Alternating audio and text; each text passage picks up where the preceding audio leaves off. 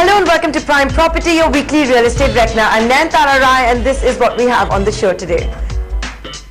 Building blocks laid for Narendra Modi's pet project, Housing for All by 2022. The cabinet clears the mission and we find out if it has the potential to achieve its aim. The monsoon again paralyzes Mumbai. Frustrated Mumbaikars year after year question why the BMC cannot be better prepared. This year, they're more upset as the property tax has been hiked by 40%. We try to find out more about that staggering increase in tax. Prime Property heads to Kolkata for a realty check. We tell you about a sky bridge that cost 150 crore rupees, weighs 2,500 tons and is attempting to rewrite the city's landscape. Its developer is hoping to sell apartments and duplex for 10 to 25 crore rupees. Earlier this week, the Union Cabinet approved Narendra Modi's pet mission, Housing for All by 2022. Initially targeting 2 crore housing units, this scheme includes rehabilitation of slum dwellers with participation of private developers, promotion of affordable housing for the weaker section via credit-linked subsidies and affordable housing in partnership with the public and private sectors.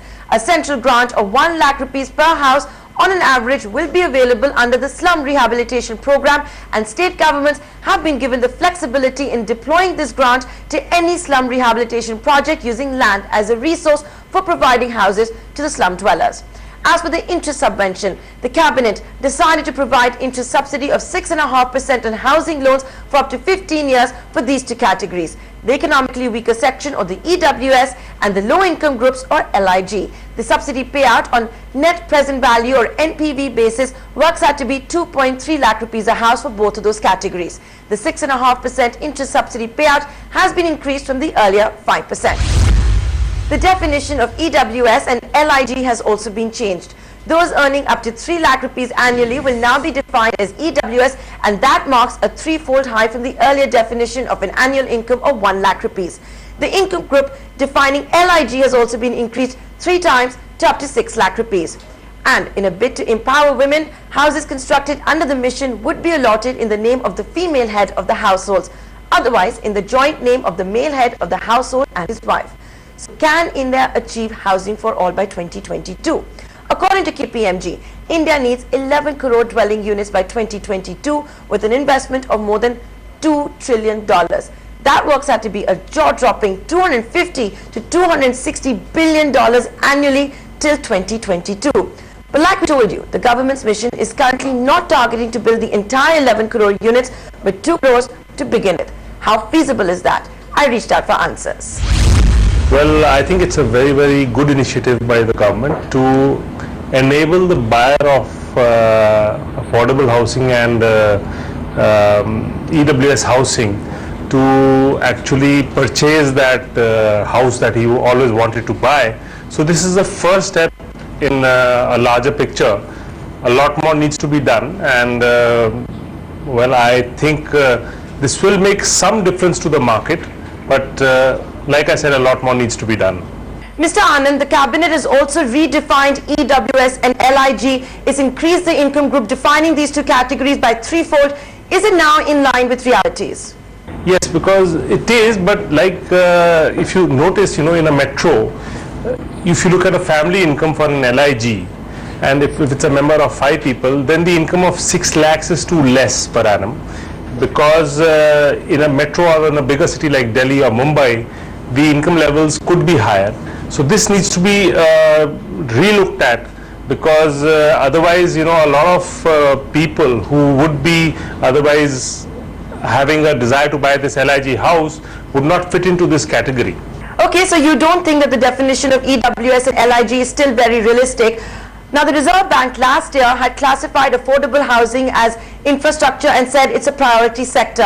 Has anything changed on ground? Are banks lending to the sector? You see, what needs to be done is this policy, the RBI policy, where it qualified affordable housing as infrastructure, was only to enable banks and housing finance companies to raise capital at cheaper rates. Having said that, it really has not translated into a cheaper housing loan rate regime. So I cannot really say, and I cannot confidently say, that there has been much change because of this action of the RBI. We had expected a lot to happen on ground. We had expected banks to bring in the housing loan rate to sub 8% with this new provision that the RBI had given. But it's not really showing on ground as of now, and that is not a very good sign. Okay, so you expect more from the Reserve Bank and banks for what the RBI did last year. But coming to what the cabinet has announced, do you really think the HFCs and banks will lend to the consumers that want to buy EWS and LIG housing? You know, this is a very important aspect of this whole ambition of housing for all by 2022. What I would like to say is that in budget 2012, there was a credit risk guarantee fund formulated for 1,000 crores to enable banks and HFCs to lend to people who do not have the requisite documents to get that housing loan. You see, when you go for a housing loan, you need a bank statement, you need an income proof, you need an employment certificate. So this bracket of Indians who want to buy that LIG or EWS house don't have all these documents. So this fund was created then. The anomaly or the downside of this whole story was that that fund, that guarantee, was only for a house which would cost 5 lakh rupees. The reality of the situation is that that 5 lakh rupee house is just not available in any tier 1, tier 2 city. So therefore, this 5 lakh figure needs to be increased to at least 15 lakhs so that the banks can get comfort that if they lend to a person who does not have the desired documentation to avail a home loan, the risk guarantee fund will cover the bank's loan to such people. So therefore, this is one major change which needs to be made so that the banks can lend more aggressively to all these people who want to buy these houses. Real estate is a state subject. So even as this cabinet decision has come in, what do states need to do? You see, it is a state subject, and a lot of states are now realizing that they need to do something for this affordable housing. The good news is that the states realize that they themselves cannot build this housing. So they are now enabling the private sector by coming up with good affordable housing policy to encourage and attract the private players to do such housing. A very, very good example of this is the new affordable housing policy of Uttar Pradesh. The Honorable Chief Minister with his team of officers has come up with a brilliant affordable housing policy wherein a private developer can look at land anywhere in the state. Permissions are single window. There is no external development charge. Stamp duty exemption is there for the buyer. Service tax exemptions are there. So this is a very, very fine example for other states to emulate. And there is an opportunity over there which all states need to realize and get kick-started. Mr. Anand, young entrepreneurs watching you right now, should they enter the business of affordable housing, LIG, EWS housing? Is there money to be made?